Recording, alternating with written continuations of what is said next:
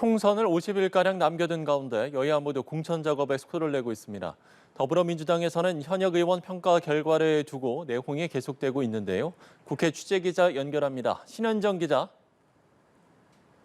네, 국회입니다. 민주당에선 비명계를 중심으로 공천 과정에 대한 반발이 이어지면서 내홍 또한 격화되고 있습니다.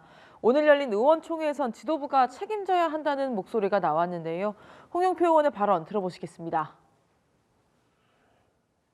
이재명 대표의 사당화를 위한 공천이 돼서는 안 되고 윤석열 정부에 대한 심판을 통해서 총선 승리하는 공천이 돼야 된다. 또 최근 지역구 현역 의원은 빼고 친명계 인사를 넣어 돌린 여론조사의 출처를 파악해 조치해야 한다는 문제 제기도 나왔습니다. 이런 가운데 하위 20% 평가를 통보받은 비명계 송갑석 의원과 하위 10% 평가를 받은 김한정 의원은 경선에 임하겠다고 밝혔습니다. 당의 원로인 김부겸 정세균 전 총리는 이례적으로 입장문을 내고 지도부에 지금이라도 국민 눈높이에 맞게 공천을 해야 한다고 강한 우려를 표시했습니다. 이와 관련해 임혁백 공관위원장은 공천 학살 비판을 반박했는데요. 관련 발언 들어보시겠습니다.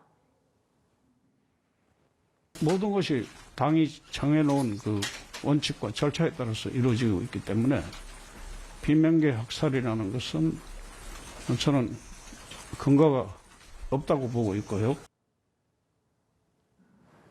네, 국민의힘 상황도 짚어보죠. 오늘 추가 공천 발표가 있었군요.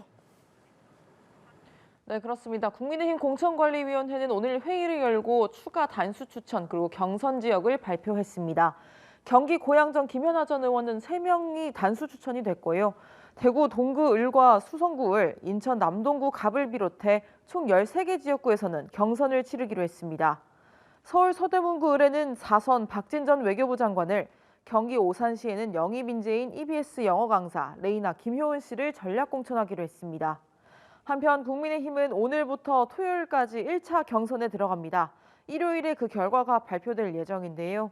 경선이 확정된 후보 간 경쟁이 치열한 가운데 아직 공천 여부가 확정되지 않은 후보들 사이에선 긴장감이 커지고 있습니다. 지금까지 국회에서 전해드렸습니다.